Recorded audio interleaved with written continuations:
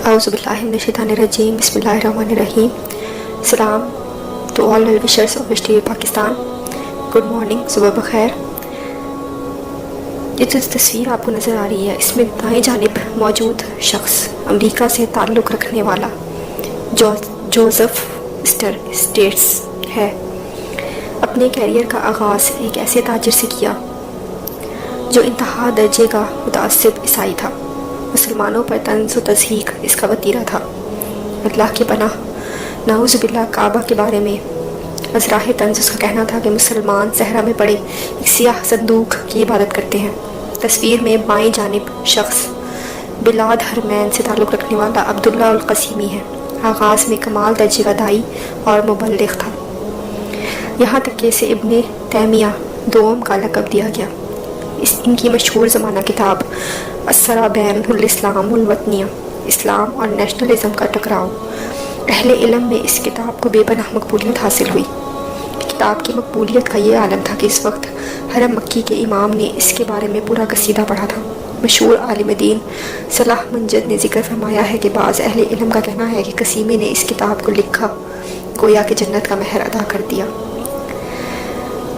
सन 1980 में उस वक्त कसीमी अचानक 180 दर्जे फिर गया जब बैरूत में एक ईसाई लड़की के साथ उसे इश्क हो गया. उसके बाद उसने बेदीन गुमराह इफ़कार का दिफा शुरू कर दिया और किताब लिखी युकज़्ज़िबूना लिकई यरू लल्लाहु जमीला. वो झूठ इसलिए बोलते हैं कि माबूद को खूबसूरत देखें.